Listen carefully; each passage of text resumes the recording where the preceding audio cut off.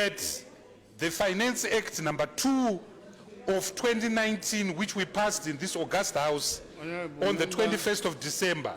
Mr. Speaker, you are now debating. What's your we were point of approving and allowing the government to levy charges in US dollars. That is proof beyond reasonable doubt, Mr. Speaker, say, that the attempt to de-dollarize has failed. Conditions for de-dollarization simply do not exist. So once again, I say to the Honorable Speaker, do the right thing and repeal SI 142 of 2019.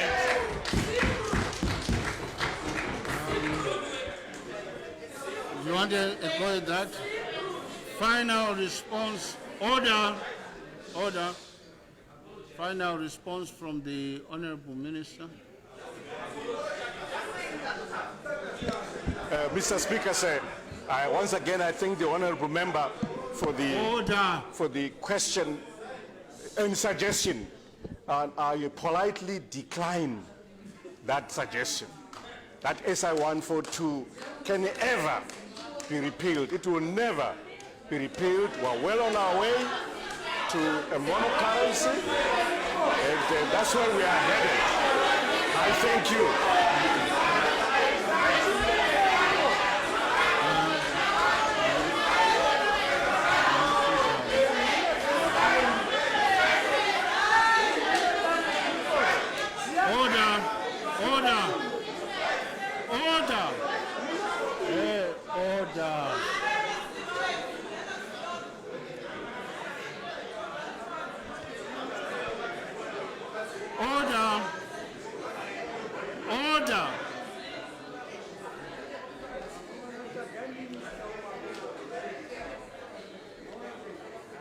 Honorable, order.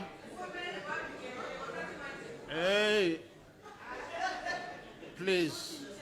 Thank you. Just hold on, Honorable Makram. There is a Toyota Hilux registration number AEX 1819 and Toyota Hilux with no number plates, is white in color. These two vehicles are blocking other vehicles. Honorable Makram, Honorable Makram.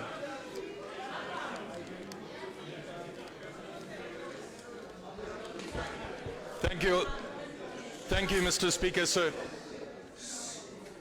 Mr. Speaker, sir, I'd like to revert back to the Minister of Public Service, Labour and Social Services, in particular back to welfare, and the Leader of the House can take this up.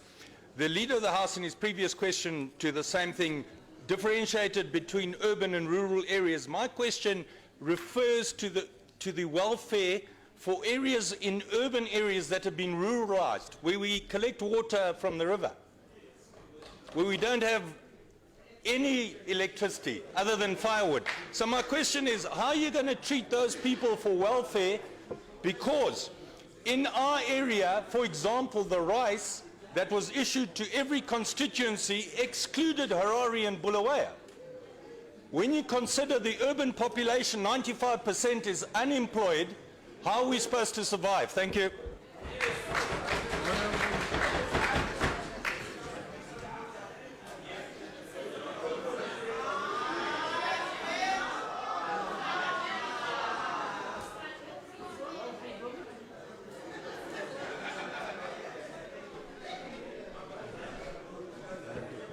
Thank you. Thank you, Mr. Speaker. Mr. Speaker, I want to thank the honorable member for the question and state that issues of water reticulation pertain are administered by the local authorities, and the order. You are not on the chair. And when the honorable member refers to ruralization of urban areas, he is better placed to answer that, because the local authorities in urban areas particularly Harare, it's run by council, that is MDC run. So I'm sure he can answer that.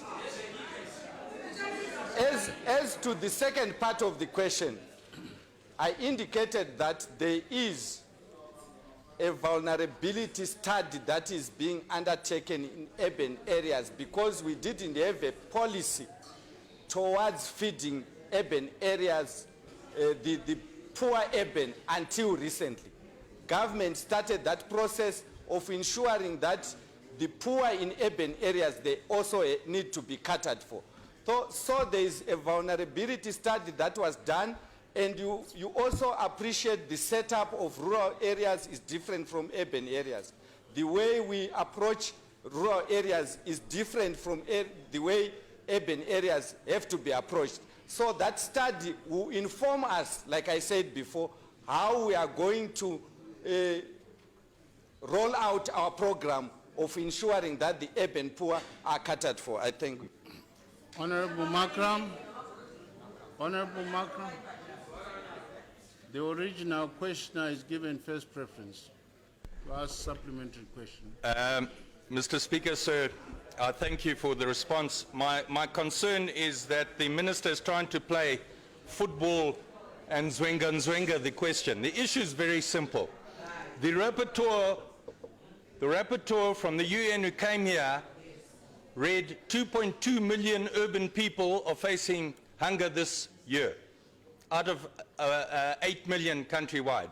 Why did the government exclude these urban areas from the rice program for the welfare? Because we have starving people in the areas that are under state land. These areas under state land are very simple. They don't fall under council.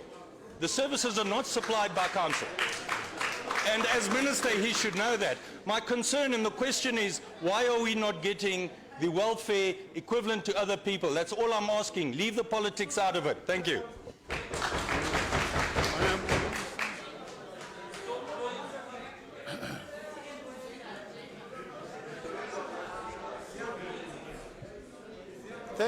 Thank you, Mr. Speaker, sir.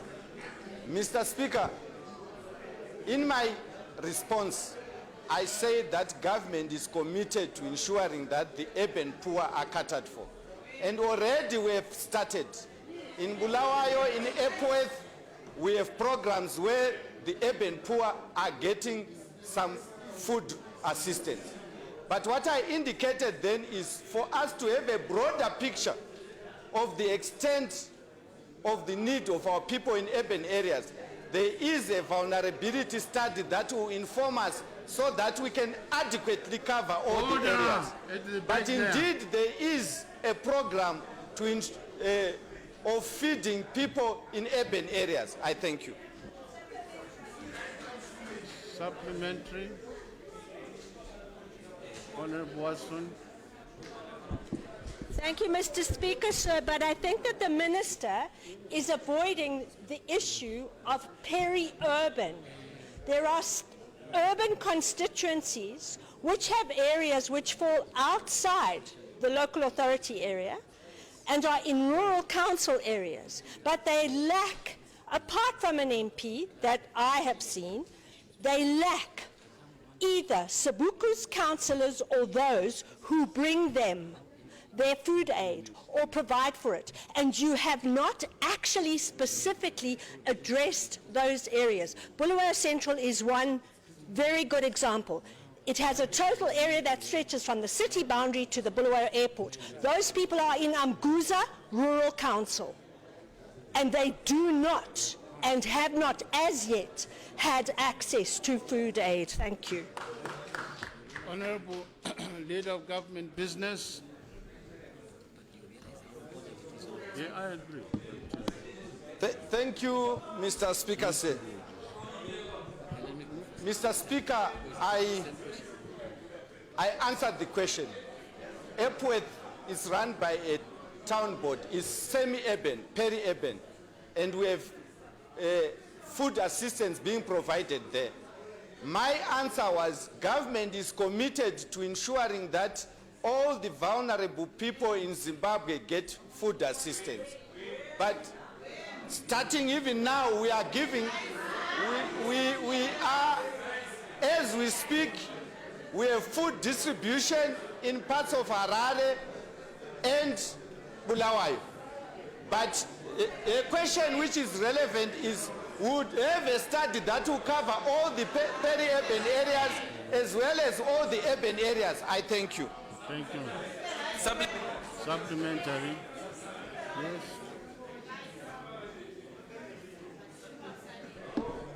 Thank you, Honorable Speaker. Thank you, Honorable Speaker. Honorable Speaker, allow me to prefix my supplementary question by thanking the Ministry of Public Service, Labour and Social Welfare for allocating 15 tons of rice to each rural member of parliament. However, that is where my supplementary question arises. I'll give an example of where I come from. That's about 1,280 kilometers from Harare. You have given me 15 tons of rice. How do you and how does the ministry expect me to transport that rice so that the people may benefit? You can say, wow, but that is a question. How am I expected to transport that rice 1,300 kilometers away? Okay. Thank you, Honorable Speaker. Honorable Leader.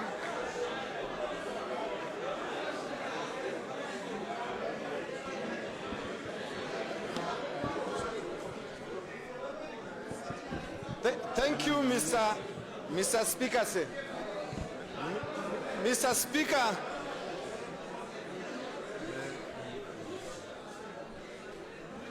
Mr. Speaker, I only respond to policy questions, not logistical and operational.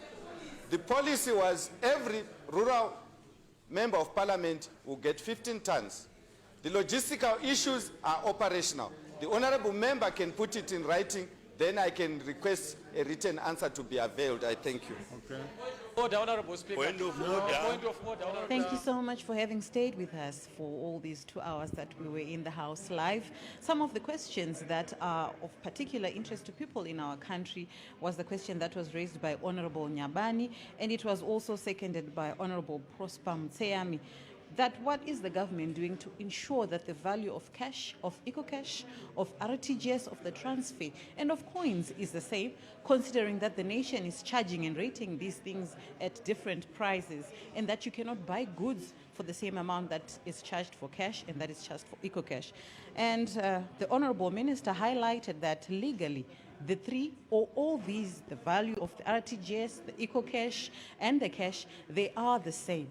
But the reality on the ground is that this is not so.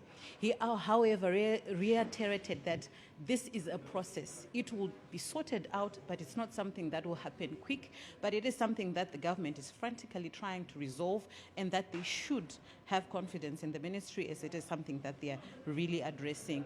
Thank you so much for having stayed with us once again. My name is Christine Wood, and do make a date with us again tomorrow when we have a question and answer session for the Senate.